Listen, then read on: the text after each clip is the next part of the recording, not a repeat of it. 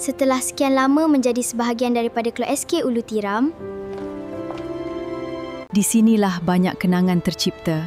Di sinilah jasa dan bakti dicurahkan. Dan di sinilah Puan Nurliza menjadi sebahagian daripada keluarga kami. Puan Nurliza mula berkhidmat di Sekolah Kebangsaan Ulu Tiram pada 26 April 2021 dan terus mencurahkan bakti sehingga ke hari ini.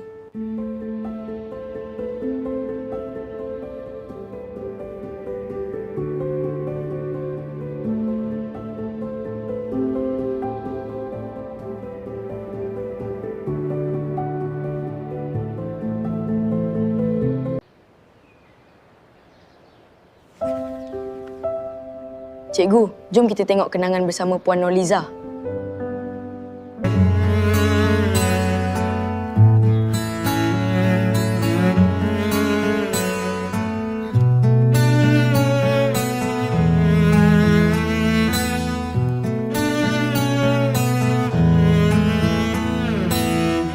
Datang akan pergi, lewatkan berlalu. Ada kan tiada bertemu, akan berpisah. Awal kan berakhir, terbitkan tenggelam. Pasang akan surut, bertemu akan berpisah.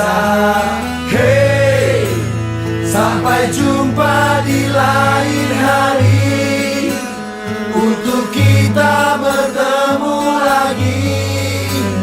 Ku relakan dirimu pergi, meskipun ku tak siap untuk merindu.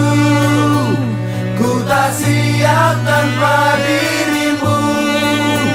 Ku harap terbaik untukmu. Jika ada sumur di ladang, boleh kita menumpang mandi. Jika ada umur yang panjang, boleh kita berjumpa lagi. Terima kasih atas segala jasa, pengorbanan dan bakti yang telah dicurahkan. Daripada kami, warga Sekolah Kebangsaan Ulu Tiram, jasa dan budi Puan akan sentiasa kami kenang.